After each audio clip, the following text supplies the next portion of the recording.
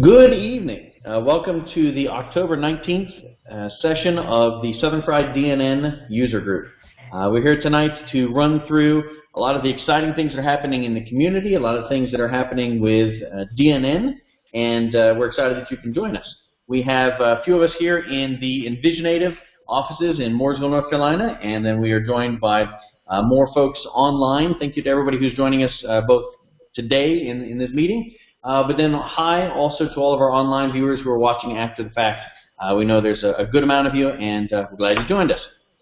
We're going to kick right off by jumping into some of the community information and community announcements, and we're going to head our way to our main speaker for the evening. We are pleased to be joined by Andrew Hoefling. He is well, I'll give you a little bit of an introduction to him in just a moment, but he's going to be talking with us tonight about DNN and continuous delivery, which is going to be an exciting topic. We were talking before the meeting that we think maybe this is the first time this topic's been talked about from a community standpoint, so we're excited to get into it, and I think there's a lot of buzz about this.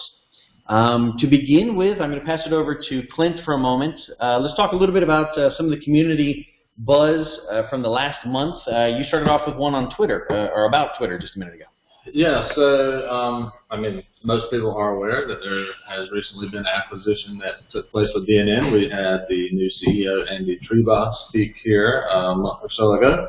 And since then, there's been a lot of, change and transition taking place. One of the things we did was that I rejoined DNN Corporation. Maybe we should have led with that. Sorry. Hey, let's switch back. One of our own Southern Fried DNN, Clint Patterson, has rejoined DNN Corp. Right. I think that we had a party and a celebration when he got to go towards his dream job, doing, promoting, talking about, and being excited about DNN daily as a dream job. And he did that already, and now he's rejoined Corp, and congratulations to our own Clint Patterson. Well, thank you very much. You guys have it there. we'll pay for a round. So, so I rejoined as the ecosystem manager, and that's got me interfacing with community partners, doing some stuff with the store. So I like to kind of feel like I'm the connective glue in between a lot of different parts, not all the parts, but a lot of them. But so we restarted the DNN newsletter, which we rebranded as DNN Digest, and I am the editor of the letter, but I don't do it all by myself. I've got a small team, and we kicked off the newsletter again, and that was well received. We got a lot of positive feedback. If you have not received a copy of that DNN Digest, you need to sign up so you get the next ones, and let us know, and we'll be glad to forward you a copy of the last one. Started off with a well-produced, well-scripted video at the top of it as an introduction.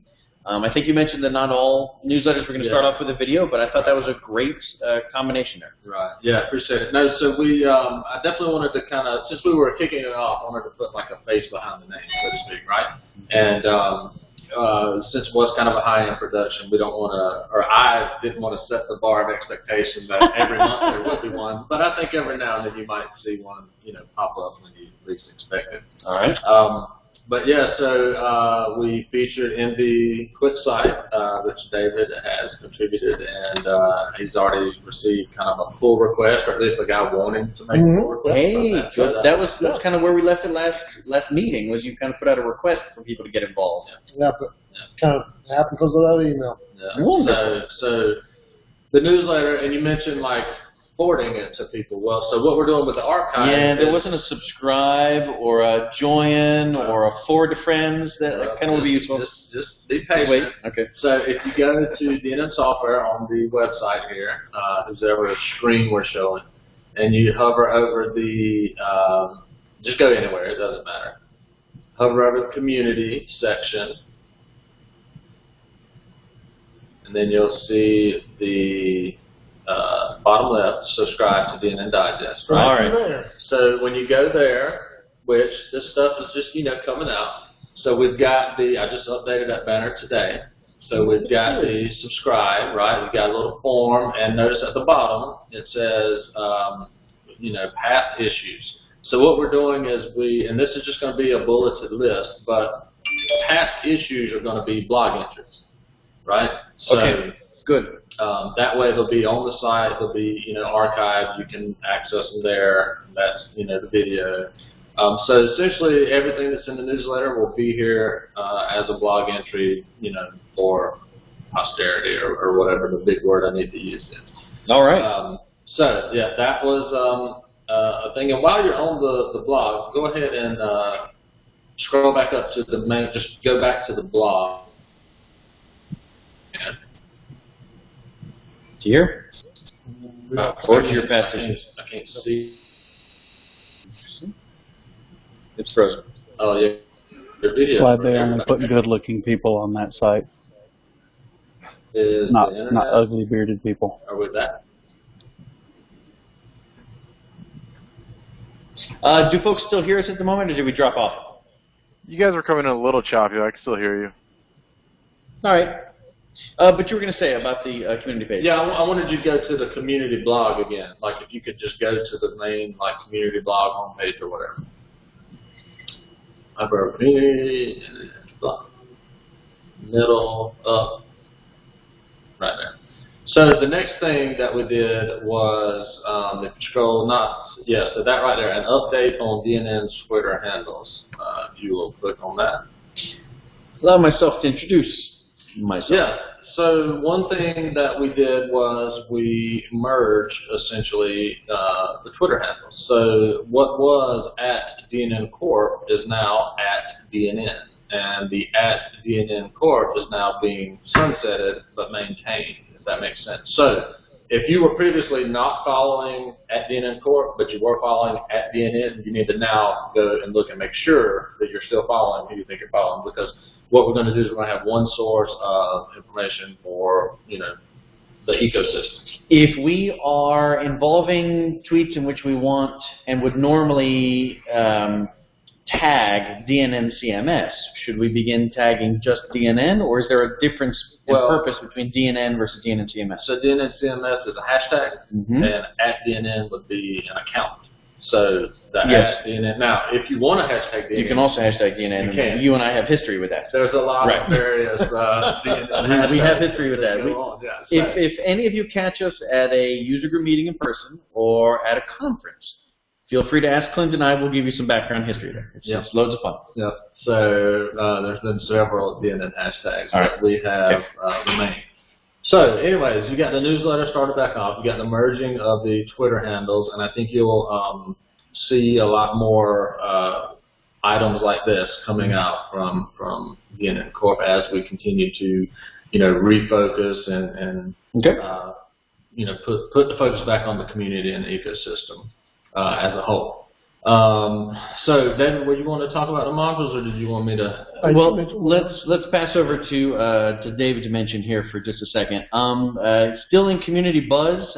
One of the things to describe is that we've had a few notable releases here, and we'll pass over to David Poindexter to talk about those here for just a minute as a brief intro. I think one of the real exciting ones that have been released recently is Mandeeps, who many of you, he's been a long-standing vendor in the community, released, is he calling it Live Exchange, is that correct? And if you've had experience with Evoke, you'll see some similarities between the way that it works as the social modules do within Evoke. So Q&A kind of format, really nicely done, very responsive and everything. So check that out when you get a chance at mandeeps.com. Another one that was recently released, and I think actually today, if I'm not mistaken, Easy DNN Solutions released their Easy DNN Simple Forum, and it is yet another forum, not to be confused with yet another forum. so it's very nicely done as well. So check that out, and those are probably the two larger releases. Larger new releases. We're looking to have Mandeep on for an upcoming session, so we may be able to ask him more in person about some of those new modules he's released, because he's also made major updates to other ones over the course of this summer. So it's kind of interesting. Everybody's always asked for form solutions, and then now, like within 1 week, there's 2 new ones on the scene. Yeah, right? yeah, exactly. Yep. 2 new ones to add into the pile. All right. Well, unless you have anything else for community buzz or announcements, I'll move over to our event, and then we'll jump right into our main speaker. Hey, Ryan. Yes? Real quick, mentioning the different form modules, and I think you and I had mentioned this before, it'd be really cool if we could see 2 or 3 modules kind of almost do a showdown. Where's the strength of Module A versus Module B? That's just a proposition for, future meetup topic. I love community interest, and I love that kind of activity and suggestion. We have a spot open in January. I think you've named your speaking session for January. We'll look forward to having you come back and specifically give us a presentation, and we'll help make suggestions for all the different form modules we want you to compare and contrast. Let's do it. Ha ha, very funny. Oh, no, I'm serious. He's not kidding. All right. Thank you, Pete. Good idea. Let's hit our DNN Summit event here for just a moment. We are building up steam and excitement about the upcoming convention. DNN Summit is in February 2018. We have some new information starting to be released on the website in the last week or 2. We have information on the training courses. I'm helping organize those training courses, and as was mentioned in the DNN newsletter, there was a video interview done by Addison Oliveria, and we ran through and talked about the benefits of training and some of the things that you can get out of training, and you'll find that information now on the training pages, in that each one of the training sessions that are available have a course outline in them. So you can not only find out a little bit about the presenter and find out information about the specific course, but you can get a full description of the topics that are going to be covered. So if you want to know more about those courses before you sign up, or if you're on the fence, you're not sure if you really want to sign up, then this is going to be the detailed information for you. Just as another example there, the training session that I'm giving gives a good outline of each of the different things we're going to be covering and the order for them. So if you're not sure if an editor level training course intro is for you or an admin course is for you, get into those details and compare them so that you can find out which is the right training session for you. We have 4 training sessions this year. Again, intro, admin, those are about being administrators who are responsible for editing content in your DNN site. We have theming and module development. Those are always the perennial popular favorite courses. In that, theming is going to teach you the tools to use, the things that are new, what to do, what not to do, and how to set up your environment so that you can be very effective about jumping into skinning and theming. Module development is going to do the same thing. It's going to load you up with all the tools that are popular to use, and you're going to dive right into the difference between traditional form-based and post-based modules and SPA-based modules, and you're going to talk pros and cons, and you're going to get into the details and leave with a good understanding of what you're going to do to build, and it's going to be hands-on. So that's the point of training.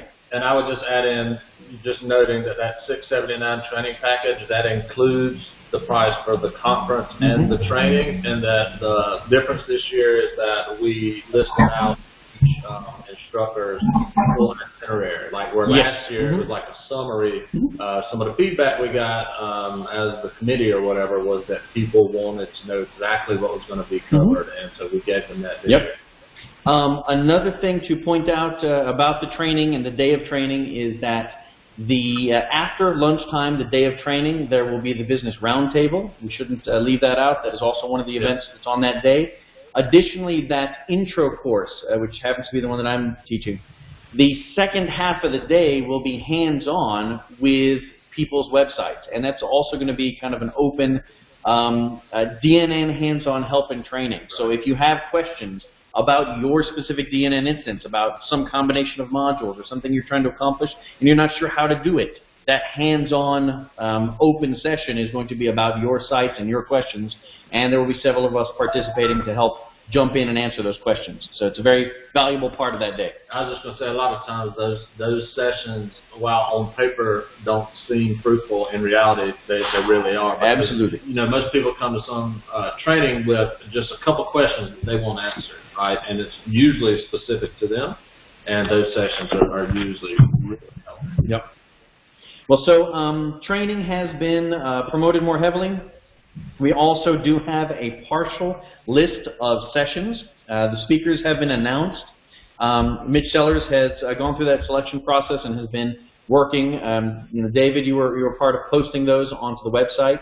My understanding is that we have roughly half of them posted at this point, and there are more to come. So this isn't a complete list of all the sessions and all the speakers, but if you wanted to find out what's going to be there, both DNN and larger topic related, be sure to start checking it out. I would say they've been posted but not announced, because it's just a play on words, right? But we're waiting on the stragglers to confirm. Gotcha. And like you said, some people's confirmation emails we're learning got in their spam box. Mm-hmm. They didn't even know they were accepted to speak.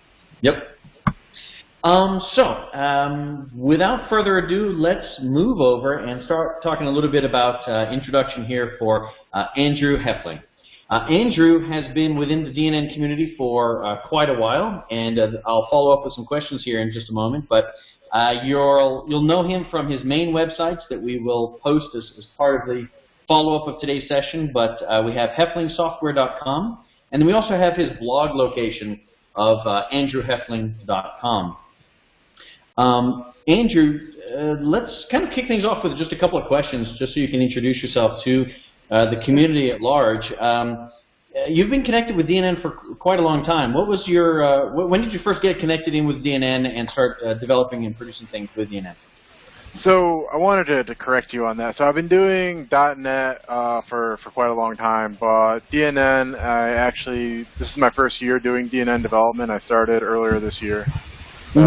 Beginning of the year, one of my friends recommended using it as a content management system, and I really fell in love with the plug and play ability with the module ecosystem. That's music to our ears, especially the phrase "I fell in love with the module and ecosystem." Great, absolutely. That's fantastic. You know, a little bit about what you're going to get into today.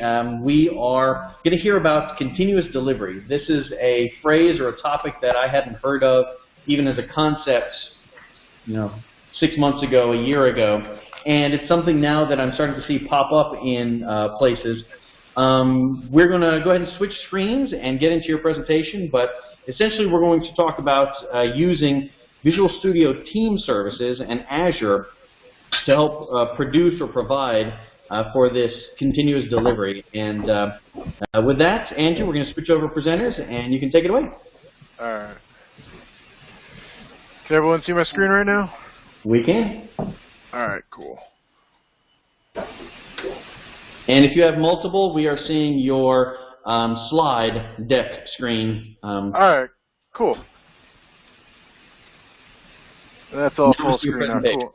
Yeah. All right, right on. Let's get started. So today I'm going to talk about DNN DevOps inside of Visual Studio Team Services, focusing on continuous integration and continuous delivery. A little bit about me. I'm relatively new to DNN. I've been using it.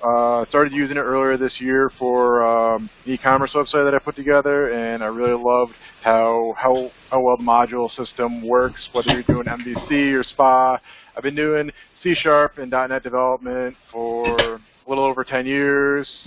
Right now, I'm a consultant running my own business. I've done Xamarin, Azure, .NET Core, ASP.NET, MVC, I've built SPAs, done desktop with WPF and UWP, so I've touched, I would like to think, just about every part of .NET, but they're always changing stuff, and there's always new stuff to learn. So when I first got started with DNN development, from my perspective, I noticed a couple problems that were difficult. One of the things that I noticed was getting up and running with module development seemed very, very manual when I wanted to version stuff. Whenever I've worked on web apps in the past, I've set something up in my CI, and it's very easy to create, let's say, an installer or something, and versioning was all automated for me. And one of my biggest problems I ran into was I had every open source repository I came across, they were all manually built, manually revisioned with how they did their releases. After that, I noticed getting stuff into a dev environment or a staging environment or production environment, the way that module development was recommended on some of the community forums and blogs that I came across, it was all tightly coupled. I set up my IIS configuration locally, and then I created Chris Hammond had those great templates that you use. I used that, but it was all tightly coupled together, and I wanted to remove that coupling so I can develop them independently. So what we're gonna solve today in my talk, I want to talk about decoupling our module development from our DNN website development. I want to talk about automating versioning with our continuous integration builds. I want to talk about then getting everything delivered into Azure. Before I go on to my next slide, I'm going to do my best to keep an eye on the messages. I apologize if I speak fast. Please tell me to slow down, or if you got a question, open up the mic and ask me. Pete, you said, have I used Docker? Oh, I'm sorry, go ahead. I was going to say, we'll help keep track of it for you, and Clint will chime in when we see questions come in, and we think it's a good point to interrupt. We'll add them in where we can, but don't worry about it. Okay, cool. But I want to quickly answer that question Pete's got about Docker. Yes, I have used Docker before. I really like using Docker, but I have not used it for DNN. Was there something in particular that you've done with DNN that you were thinking about? No, actually, they presented up here at a .NET user group that I'm actually in Roanoke, Virginia, and they're from, I think, Virginia Tech, and it'd be really cool to have them as another presenter. Maybe they could do the January one. Trying to get out of it already. No, Docker would be, solve the problem slightly differently. More than one way to solve the problem. I have used it for similar purposes. All right. So let's start with the development environment. Now I'm going to go through everything installed on a machine and at the end of the presentation. So the first thing that I did when I get everything set up this way was, I set up my DNN environment with the latest community build. And then I set up my module development, and I set them up slightly differently, or slightly differently than the way I mentioned earlier. So my module development, what I ended up doing is, instead of nesting that inside of a DNN website, I just copied over the necessary DLLs into a reference folder in my module development so I'd be able to get it to build. And this way, I was able to build it, and then I could deploy it to my local instance, and that way it separated everything in source control, and I was able to independently add my different modules as part of my build process. So if that doesn't make sense, we're going to go over that a little bit more at the end of my presentation. So the first thing I did in source control was I created a different repository for every module and for the web page. In the web page, I created different branches for the different environments as necessary. So I had a clean branch for nothing installed yet, a dev branch, staging branch, production branch, UAT, whatever you need. So this is more or less what it looks like with my branching structure for the website. Module repository is just one branch or feature branching, how it's not really necessary for our talks today. So the next thing is we're going to talk about builds and automated versioning. Can you guys still hear me? We hear you well, yeah. We were just muting everyone because there was some noise. Oh, okay. It went quiet. I got confused. Yeah. We cut the back. Yeah. All right, cut the background. All right, cool. So in Visual Studio Team Services, the first thing that I do with my module is I create a CI build. If you've never seen a Visual Studio Team Services build definition, got a screenshot here on the right. This is a pretty standard process. We do our NuGet restore, we do our build, we publish our symbols out and our artifacts out. A couple things are slightly different here. There's this set DNN module version number. This is a Visual Studio build extension that I wrote. There's a link to it if you want to try using it. And it's also open source on GitHub, which you can get the link there to see the code for it. It really just boils down to a PowerShell script that rips through searching for all of your .dnn manifest files and updates the version number automatically for you. So I plug that into my build, and before I execute the MS build, my version numbers are updated to match whatever my CI build has decided to set. So as part of publishing out my build artifacts, the second to last step here you see is copy files. And that I just did a little regex here to find our install files. So that's all I really care about. And the other thing I did with this is I made sure to flatten the folders, because when I run my CI build, the only thing that I want is the installable.zip module, so I can just either drag and drop those into as an extension or include them at install time. So after we get the CI build set up, we go in and set up the release build. And that's where things get a little bit different. So before I go into that portion of my slides, I want to go over the how the CI build actually looks in Visual Studio.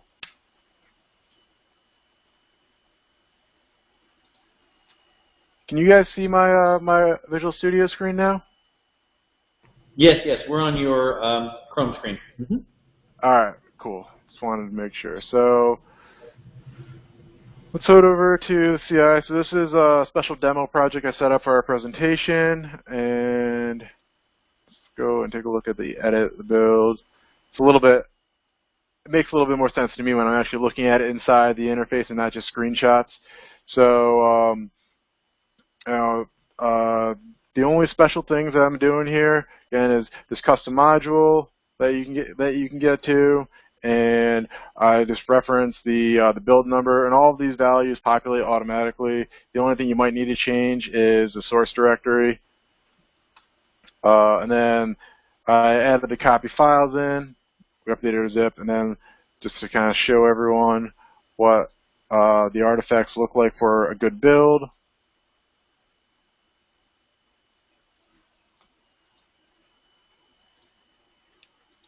And I got this demo module that I created, which is just the default module from the template, and that gets created as our artifact that our release build will then pick up and use.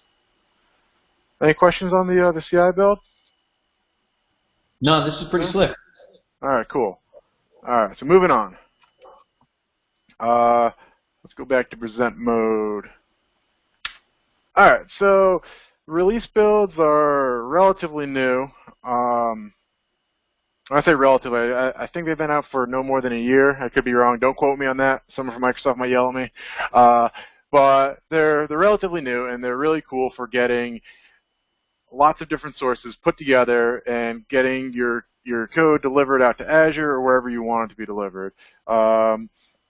So one thing that you'll notice here, well, one, I'm not using my demo project, these are some old screenshots, but anyways, the concept still applies. I got my CI build here on the left, and I got my DNN repository here on the right. So what I'm doing is I'm taking those two sources and merging them together and then sending out to my delivered website. So once I get that configured, I set up my continuous deployment trigger. And right now, what I want to happen is every time I check something in and we have a good CI build, we want to make sure that we push out to our dev environment. We might not want to push out to a staging or production yet, but every time I have a good CI build, I want it to get pushed out. So that's more or less what we set up with our triggers. And when we're setting that stuff up, we got this screenshot in the middle here. It has different options for setting up those triggers, and the after release one is going to be the one that allows you to push right after a build. After environment is what it sounds like. So if I wanted staging to automatically publish out, I can trigger that to kind of nest the different environments as necessary. Manual is you have to go in there and manually trigger the release build. So setting up the actual tasks into the release build are slightly different than how we did the CI build. These are the list of tasks that I have on my release build, and I have it all connected to my Azure account. So first thing I do is I stop the app service, and then that way I know I don't have any issues with the deploy process. And then I got these two copy tasks, and basically what that's doing is I'm taking my DNN website and I'm taking my modules and I'm merging the two together. And one of the things that I do with that is to make sure the modules get inserted into the correct directory. So when I run the install scripts after I deploy it, it automatically installs those modules. So when I'm doing clean installs of the website, which is really the use case that I had, was I was building a brand new DNN website for a client earlier this year, and we actually just released to production the other week, but up until now, I didn't have to worry about any upgrade paths, so I wanted to make sure that our clean install was always going to work. And then the next two are pretty self-explanatory. I deploy my app service out to Azure, and then I start it back up. The next one is a PowerShell script that I wrote that uses the Azure command line interface, and it connects to my Azure database resource, deletes the database, and then creates a new one. If we had an upgrade path of a database, we can update that script to handle that. There's all sorts of stuff you can do with the Azure CLI. So I mentioned a minute ago that we pretty much merged our two our artifacts and our DNN website. So this is just diving into the copy file commands and where we're sending stuff. So I created a merge directory inside my my build working directory where I was going to store everything. The DNN website got pushed into the root there, and then on the right side here you can see that we're grabbing all the install modules and dropping it into that install/module directory, so it gets automatically picked up when we run our install script. The setting up the Azure App Services is more just Visual Studio Team Services configuration stuff. If you've never used it before, it's really easy to use. Everything's just, you know, drop downs and filling out some options. So I got some demo resources up in Azure that we're using tonight. I got my Visual Studio Azure subscription that I'm using. So this is the PowerShell script that I was mentioning. Yeah, I don't know if you have much experience with Azure CLI, but you know, we got two commands that are running down here. We're running remove SQL database and add SQL database is really what it boils down to. We specify our resource group name, pretty much where our resource lives, the server that we're trying to access, and the database that we're trying to delete. And the same thing goes for the add or the new command on the bottom. The only difference is I specify the it's called a requested service objective name. That's your payment scale or payment tier, if you will. And I just chose basic, which is the Vive DTU plan, which is the cheapest one out there. You can use whatever is necessary for your business needs. But that was the one weird thing with the script. And that's because as it recreates the new database, it has to specify the plan that it's on. Yeah, exactly. So I probably should have prefaced this talk, but this talk is just focused on doing the clean install. I haven't done the upgrade path, and I actually have some questions for some of the DNN experts here at the end of my talk about how to do some upgrade paths if they maybe could help me out with that. Yeah, so you're just specifying the payment plan that you're on with AdCost. For when I release these clean environments, I want to make sure I have a clean database to install. So the easiest way to do that is just delete the old database and create a new one. Any other database questions while we're stopping here for a second? No, it made sense what you were having to do and why. All right, cool. So the next thing that you got to do after you get your pipeline or your environment all configured, so going back, we got all of our tasks set up here. You click the variable section because I want to update my connection string. So it's very easy to do that. You can specify your connection strings, and you update, going back here. When we do our deploy, we just make sure that we select where we want to do the XML transformation. We don't need to write any XML transformations at that point or do anything really crazy. It's all taken care of for us in Visual Studio Team Services. If you don't know how to do that, I did a blog post beginning of this week about that exactly, and there's a link to that if you're interested in that. So let's take a look at this in action. Feed in action. All right. So let's go over to my release builds. Let's start with just taking a look at the build definitions itself. So setting up the artifacts was really simple. You just come over, you click Add.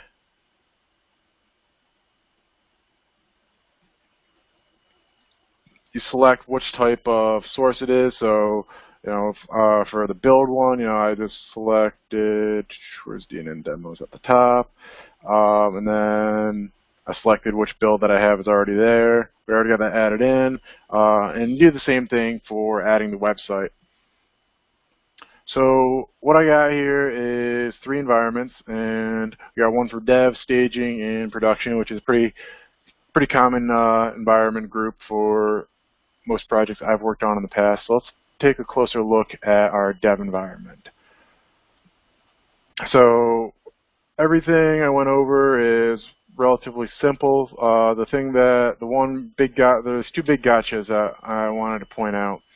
When you're doing your deployments, I mentioned the file transformation. You need to come into your deploy task and make sure that you select the XML variable substitution. And what that will do is it will then come over to your variables, grab your appropriate variable for your environment that you're in, and substitute it in as it needs to in your web config file. The other thing that you want to make sure you do is you want to check the remove additional files at destination. Otherwise, you're going to be copying websites over into your new web app, and there might be some stale files that may corrupt your web app. I ran into issues before I had that checked of when I did my second deployment. Stuff just wasn't always working. So yeah, from there, let's go back to the pipeline and see how we got some of the stuff configured. So one of the features that I really like about the release builds here is I can queue up my different environments based on a schedule. So I mentioned earlier that the dev build is always going to install when we have a good CI build. So the next thing is I got my staging server, and I got it running on a schedule right now. So the idea here is I want it to deploy every Saturday evening. It says Sunday because we're doing it by UTC time, but every Saturday evening around 11 o'clock I want it to, or actually that is running at Sunday morning. Anyways, the idea is suppose you're on 1 week sprints and you're in like a Scrum Agile methodology and you're doing demos on Fridays. Well, over the weekend, I wanted to deploy the latest code over into the staging environment so the product owner can go through and look at stuff. So this build is set up so it makes sure that the Azure dev environment has successfully deployed, and it will take the latest build on Sunday at 8 a.m. UTC and kick that off. Then the same idea works with the triggering for production. Did I configure it? Must have clicked the wrong button. There we go. So it's the same idea. I want to make sure that this builds or this deployed after a successful staging one. That's where we got this staging in the middle here. And then I want to deploy on Friday evening, Saturday morning. following that. So if we look at the schedule here, the staging one would be going in the week before, then the following week production would go. And that was just kind of the workflow was dev was after each build, staging was that weekend following, and production would go the following weekend after that. So we had a whole week to fix any issues if we had any. And that was kind of the way I set these different environments up. And each one of these environments is a clean install. So let's go through and show you guys how that looks when we actually do our releases. So right now I got 3 releases set up. So I'm going to kick off a new release. And when you kick off a new release by the build, everything's automated, so you don't have to do anything. So this is just redeploying, more or less.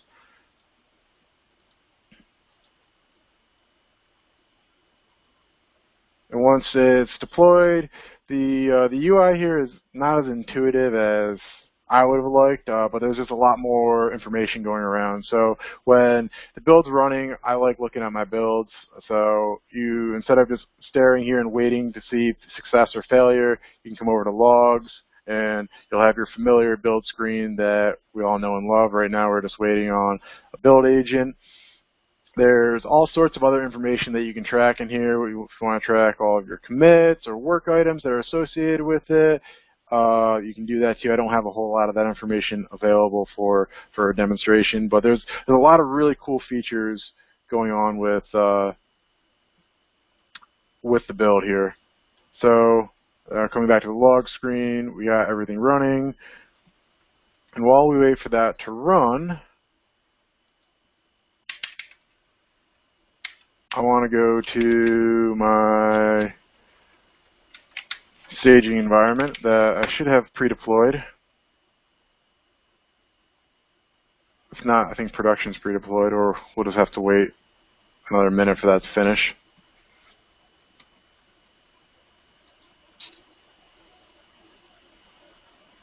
While we're waiting for that to spin up, one thing to note with this is if you just deployed a new module to it, it's restarting the whole application and everything. So it'll just take a second. Yeah. More like a minute. Yeah. The cache isn't built. Okay, so I already ran the install script for this one. We'll just give it a second to wait for the dev environment to finish deploying. So the one thing to note with this is it runs pretty fast until you get to the PowerShell script, and then you just kind of got to wait for for Azure to respond back to you when you're actually removing and adding your new resources. But once that's done, while we're waiting, that's one question I was going to ask you. Last part of that PowerShell, which was clearing out your database and then putting in a brand new one. I was thinking about that in one I would set up, I would probably make that conditional in that I could kick it off if I wanted to or not, because waiting for that, if there have been database changes, could be an extra waste of time if it's always the same or it hasn't changed in a long time. Right, right. So let me kick off the install script, and I have a couple things I wanted to show you with that. So then what I've been doing for this, and this part is another part that I haven't really automated, is once I have it deployed, I would run this install process and let that run and go through all the stuff that it installs, and it installs the the module that we have. So getting back to the database question that you had, so we go back and edit our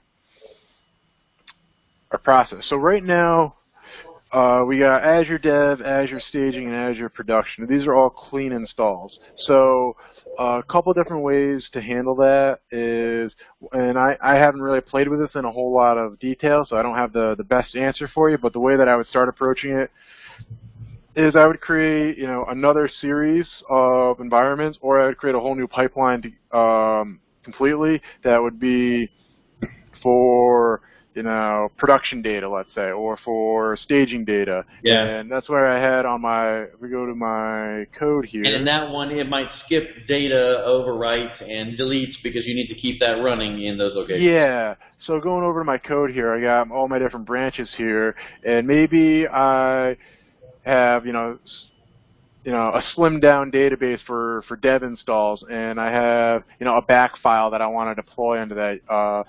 You certainly can, connect to, write some scripts and automate that. That's the stuff I haven't needed for my current project that I've used DNN with, so it wasn't something I spent a whole lot of time on. But that's kind of step 2 after this.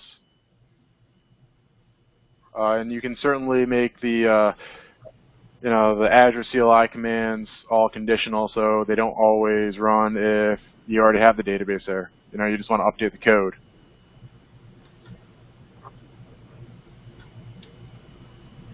Does that answer your question? Oh yeah, absolutely, absolutely. The only caveat to that is, and again, this is something that I need to spend a little bit more time on, or if someone wants to play with this and talk to me in the future, maybe we could put a blog post out about it. But handling the upgrade paths, because when I deploy the code, it's always going to be the clean install of DNN, unless I have a branch saved that's kind of like a snapshot, and that's where those other branches would come in handy. So it's figuring out how to do that upgrade path and putting all those pieces together might be, a little tricky to figure out that part of the puzzle, but it's, definitely the next step, which will be really cool to get that stuff set up. And maybe this is my ignorance in what should be done versus what people normally do in practice, but I was impressed that you were putting as part of your development and your staging and your QA process as concept here, you were putting in a build of the install file so that you could test install all the way through.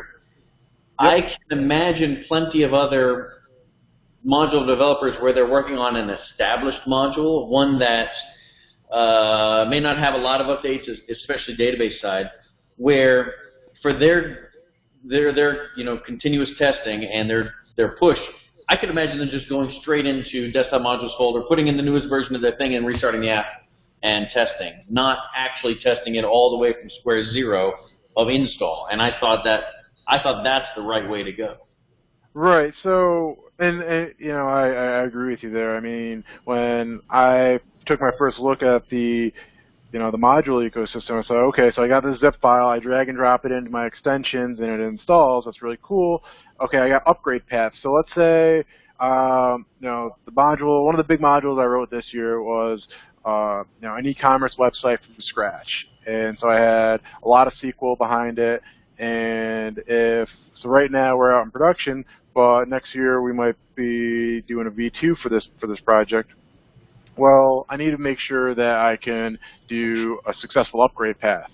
And with the SQL provider upgrade path, you need to be able to, DNN handles that for us. There's no need to go in there and manually do anything. So I mean, if we spend a little bit of time and get our DevOps set up, it'll save us a whole lot of time in the future. And I've been handed CMS projects in the past where they just hand me the website and there was not even source control behind it. And just spending a little bit of time saves you so much time later. So on your DNN tab there, it's running through that install, right? Yeah, it just takes it's a little bit slower than running it locally. With the cache getting built up with the Azure SQL, it's one of the things that I do not like about it, but it's more or less just the cache getting loaded for new resource week. I mean, we just created a brand new resource in Azure.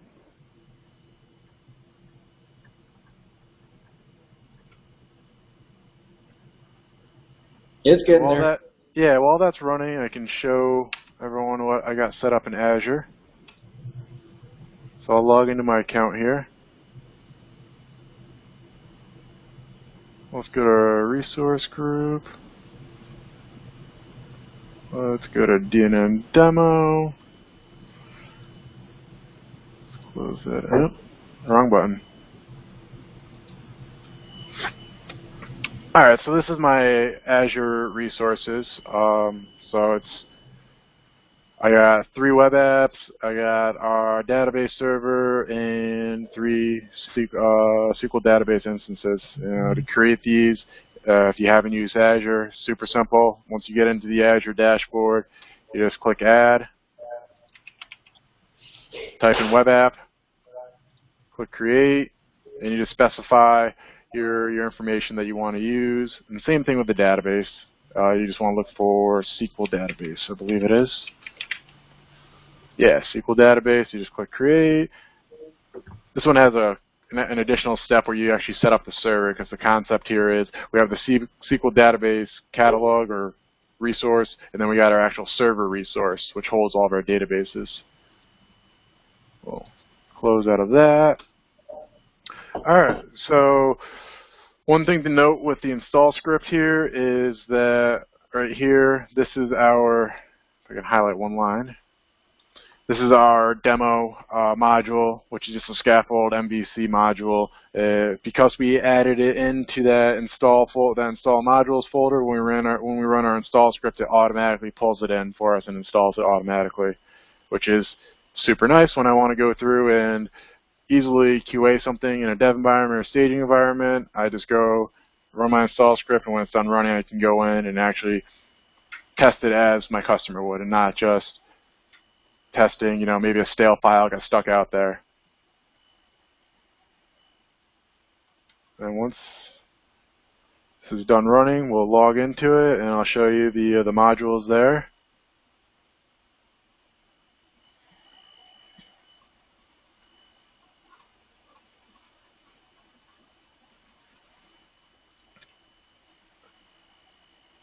So I guess my big question for anyone that's on the call that has played with the install scripts with DNN, the scripts that get fired by this endpoint, is there an easy way to automate that with, like, can I call that through like PowerShell or something?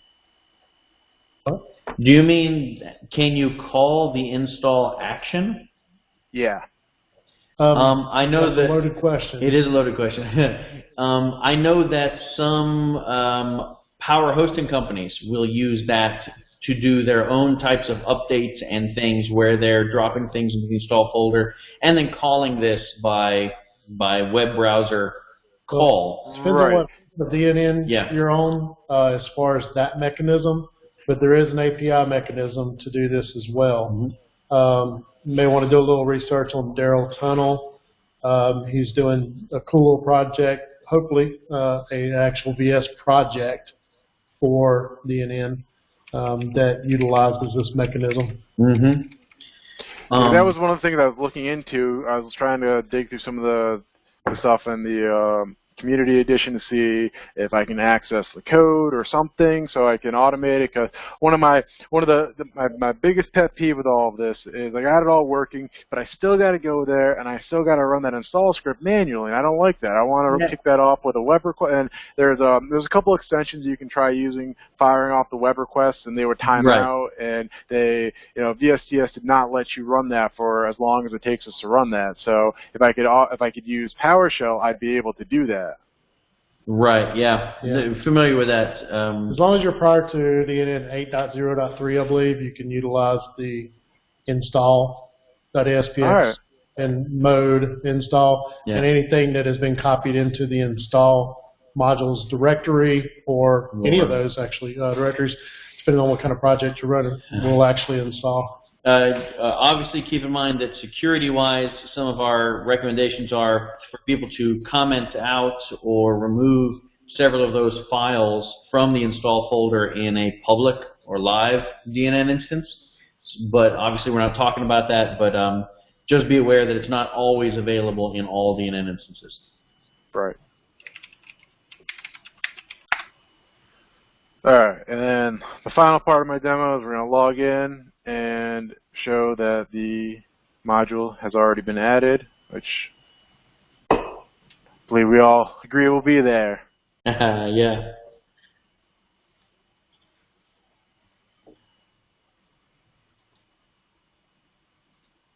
Let's reload the page.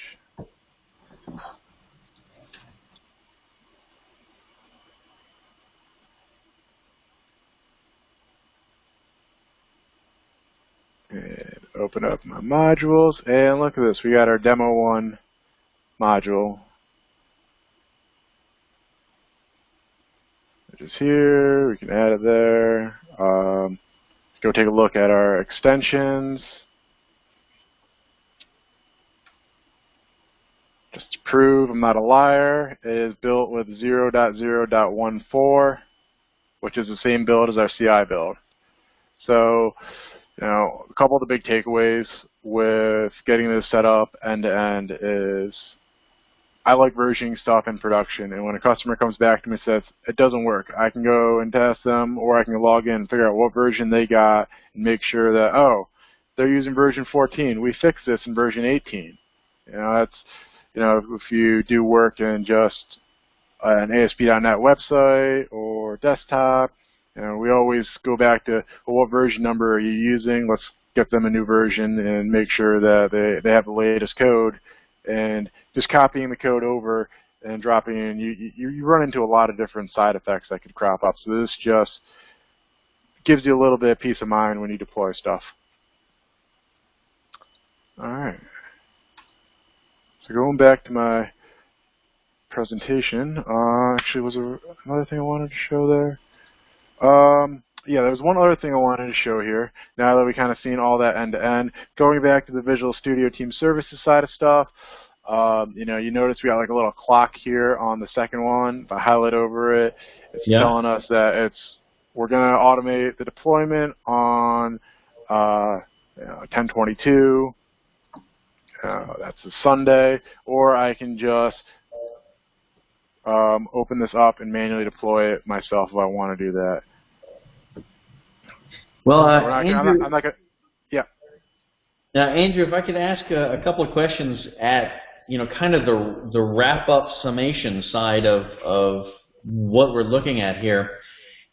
Part of the idea of this, from my understanding of the benefit, the gist of this, is that you're creating a push-button black box so that very quickly you are able to roll back to old builds. And as you build and get each one approved and ready, then it's automatically, especially here with scheduling, going ahead and building and pushing out to staging those builds for you so that you're automating that part of your development lifecycle. Yeah. Where does it go wrong? Where does it break down? If it is a black box and you've been doing this for a little while here with this type of structure, does it ever get hung up? Do you ever find that you figured it was going to, you know, deploy and then you come back and nothing's different and it's because Azure hung up with some part or step? If it is going to go wrong, where would it go wrong? You know, with the way I put stuff together, if it's going to go wrong,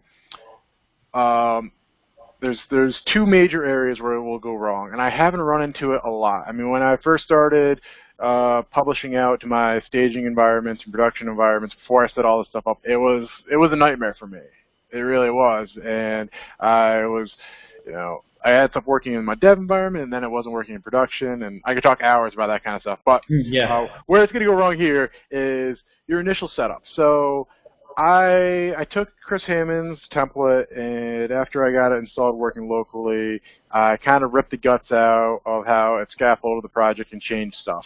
And you know, I mentioned that I copied over the bin directory and some important references. So let's take a look at some of the code here in Visual Studio or Visual Studio Team Services. So this is our demo module. If you've so is what you're saying that one of the places that something could go wrong is with what you did, not with the replication or the deployment, though? Correct. Yeah. So there is a section that can go wrong with the deployments, and I'll go over that in a second. So in here, this is kind of your default template setup. I got the bin directory here, which is copied code or copied DLLs from the DNN website to make sure the references are set up. And then I modified the CS project slightly to reference the references that it is 2 levels up instead of 3 levels up, which means I also had to update the build script as well. There was a section here I had to do that with. So there was a little bit of a process to get it set up. But once my CI build was working, I really don't have anything to worry about. So we go over the builds. You know, if it's gonna fail the CI build, it's because MS build's not running, right? And then from the release builds, your issue is really going to boil down to is there a communication issue with Azure? So looking at our build tests here, so this PowerShell script, did we run into an issue removing our SQL database or adding it back in? Was there a communication issue there? Was there an issue actually deploying the code out? And I've ran into this very rarely, and when I have, I've just redeployed it and it's solved itself. So yes, I have run into a couple problems with it, but typically it's just been a communication issue, and I've just gone in and I got the automated email, hey, your deployment failed. You just redo it. Redeploy. You just redeploy it, and it was just really a communication issue. And that that may have happened once every 20 or 30 builds. Okay. So I didn't I did run into it, but not enough where it was really worth seeing if there's another way to solve that problem. All right. Well, I'm jumping in with questions and with things because I'm sensing that we're reaching the end. Here we're at your end of your slide deck. We're going to have this link here that we can post up to your slide deck for others to follow later. Yeah. So you can use that link to the slide deck. If people don't have questions now, you can shoot me an email, find me on Twitter, get a hold of me, carrier pigeon, however you get a hold of people, come find me, and I'll be more than happy to talk to you about it. One of the things that I will be doing with this is I'm going to be creating an entry on my blog about it, and I'll update that here in the question section. And if there's like more follow-up that we want to do with this, with upgrade paths or such, I'll make sure to link that here. This slide deck goes to my Google Slides, so whatever I have under the question section will be there when you go to check it out. It might be different if you're watching the recording. It might be different than what you're seeing on the screen right now. Maybe if we help you out with the path part of things, then you can do an update in another 4 months and show us the updates for how you might handle that a little differently than clean install. Yeah, we got it working. I'd be more than happy to talk about it. DevOps is a very important thing that we do more. Andrew, we're going to see you at DNN Summit? That's in February, right? That is in February. Unfortunately, you will not. Maybe next time. All right. Okay. Well, we'll push for that, and we'll hold you to it. Clint, David, do we have any other questions that were in the chat session? I know it was kind of quiet here. I don't know if our regular question and hassle crew from the peanut gallery was absent tonight, but it was kind of clean. We didn't have any questions coming in, huh? Yeah, not other than one PDAP. All right. Well, then I'll open it up to folks that are online with us. Does anybody have any questions about the benefits, the uses, what-if cases? You got anything? All right. Well, let me go ahead and give an official. Oh yes, question from you. Mike says yes one. What you got, Mike? Hey, you want to come on? I mean, you can type as well, but do you want to unmute and ask as well? Amazing. Yep.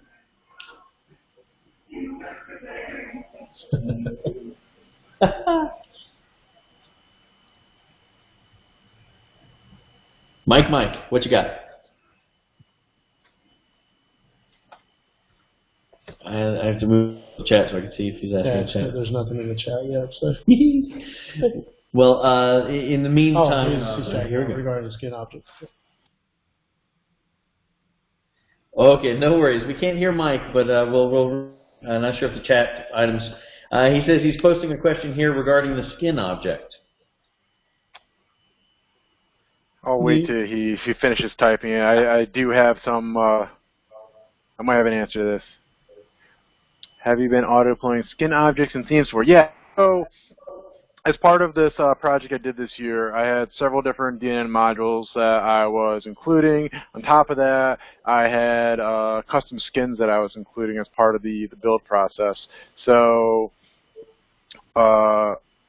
after it would install, I would just have to go to my theme section inside of DNN and then update the theme that I want to use there. So all of that automatically installs with this, with everything that I've talked about tonight.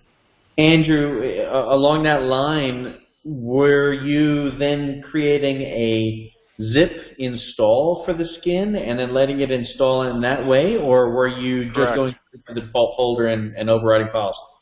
I was creating the zip install and installing the theme that way. There is scaffolding available that I sound like a broken record with saying his name. Chris Hannon built those templates for Visual Studio, and there is a skin template available there that you can use, and that builds out all of your skin scaffolding. And so I can then take that skin and hand it off to somebody else, and they can drag and drop the zip. Mm-hmm. I think it's better doing it that way because it is. I just know so many people who don't. Yeah, I mean, it is the best way to do copy and paste the file, sometimes it doesn't register it inside of DNN like it would if you were to install it. Correct. 100%. Right, and that was one of my biggest problems when it first got. A lot of that's going to be heavily cached. I'm sorry, say again, Andrew? That's fine. That was one of my biggest problems when I got first looking at DNN was, one of my friends just said, it can be so evil. You just copy over the files and it works, but it's so great. And when I looked at it closer, like, yeah, that's really cool that I can do that. But a lot of us try to be perfectionists when we develop our projects, and I want all of my files to be nice and clean. I want my deployments to be nice and clean. I don't like stale files hanging out. So I want to be able to use the utilities built into DNN to manage that. So my uninstall, my install. I don't want the stale files because you're going to get side effects. Mike's comment after that was, it's evil. We have an install that we inherited from a vendor. Our install is a hot mess. So your question before was talking about, I wonder if there's a DB update that could be done to the auto select as well. I'm not sure if I'm answering this correctly or understanding the question, but as part of the install and the uninstall process, you can use that SQL provider that handles all of your database stuff. So I mean, if you're running into issues with using DNN to handle the installs and uninstalls. I mean, you guys probably know more than I do about that stuff. I'm thinking about his question, too, and maybe I'm coming at it from a different standpoint, but his question was, so staged, but not completely installed in the environment. Wonder if there's a DB update that could be done to auto-select as well. And if he's describing there that a new skin has been installed and that new skin is present, then no, there's not really a process that will automatically select this new skin. If it's obviously the same, if it's an override of the same previous skin, then it will remain the one that's active. But if it's a new skin, new name, then you could write a SQL script that would go through and change it in the appropriate places in the site settings and in the page, in tab settings. But I'm not aware of anything that automatically would, for instance, activate the newest skin or anything of the sort. No, because there's so many variations of what can happen. Yes, yeah. You could have a home page. So, Ryan. But that said, if you wanted to have a SQL script that did that for you and went through to do it in the appropriate places, that's not terribly complex because skin setting of tabs and in the site settings, both of those are fairly straightforward database calls, so it can be easy to build a little update script. So Ryan, what you're telling me is you can help me build the script, and then we could put it into a Visual Studio extension that would be a build task, so then when Mike needs to use this, he can just reference this presentation and then add in the additional task to automate selecting its proper skin. I would be proud to write that database script for you and help get that for you. It would take 30 minutes. Sounds like fun. That'd be cool. Okay. Great idea, right? Well, thanks, Mike, for jumping in with that good set of questions. We've kind of focused on modules here at this point, and we now went sideways to talk about skins, so that's also a good point. Mike, I don't know that it's necessarily what you're looking for, but I do want to put out one more extra item there for you. We inherit sites often at my company, and one of the things that we'll often do is move an existing site that has a boatload of pages with any number of, some using the default skin, other ones using various skin templates, and we'll have to move a DNN instance to using new skins or new things. And so we have built an Xmon Pro toolkit that lets us see all of the skin assignments to tabs, and then you can take an old one and assign it to new, and that one does several of those SQL actions that we've kind of described there. So I may grab a link to that and put it in tonight's session so that you can see that if that's useful for you. You might find some inspiration there too. But it's something you can run on an existing DNN instance to quickly modify all the different skins that have been set to tabs. Cool beans, man, love that. All right. Let's go ahead and come back around to thanking Andrew Hoefling here for a first time out with the community, first time out for being here with us at Southern Fried, and a well-organized, well-put-together presentation. Thank you very, very much, Andrew. Oh, thanks for having me. This was a lot of fun putting this stuff together. All right. And we will we'll put you on our list for regular contributors, and we'll expect you every 6 months. Hot dog. I'll make sure to add this to my list of presentations I got to do then. All right. Well, we're going to go ahead and wrap up tonight's Southern Fried DNN meeting. It's about 7:45 our time here, and though sometimes we'll go a little bit longer with questions and elements, this is a good stopping point for us here tonight. We will be doing our November session, and I don't know if it's too early for us to mention that we'll be having guests in our November session. David, do you think that's not wise for us to mention yet, or are we're clear there? I think it's pretty settled. I think it is too. We can add the pressure if we're not. I would say once a year we can say that we are privileged and thrilled to host guests coming in special. Obviously, anybody else listening who wants to come and participate, if you can drive here and get here, great. We'd love to have you. We've had people come up from Georgia before, and we are Southern Fried DNN, so we're everybody's DNN user group for the area, but also for the nation. And if you want to come see us, we'd love to have you. But again, here in November, we are proud to host the folks from Power DNN. Jared Brooks and Kyle Daly are going to PowerDNNManage.com. Sorry about that. Manage.com are going to be joining us here in November. We are working out our presentation for the meeting, but that is going to be the third Thursday in November. That works out to be November the 16th. And we are thrilled to have them down. So be sure to join us on November the 16th for the next session of the Southern Fried DNN User Group. We're all looking forward to some more information by that point on DNN Summit. We'll try and have some travel and cost type ideas to help promote and get people excited about that. Anything else that's coming up for here this next month that you guys want to point out? Will just be more news. We're going to have a new newsletter coming out before we meet next time. Yes, and it would behoove us to have our ducks in a row on who's speaking before the newsletter. Before the newsletter, we can announce it. Right? All right. So whether you are catching your news from us or from the DNN, what's the new Digest? Digest. I couldn't remember. So whether you're catching the news from us or from DNN Digest, we will announce our session and more information. But again, it will be on November the 16th, Thursday.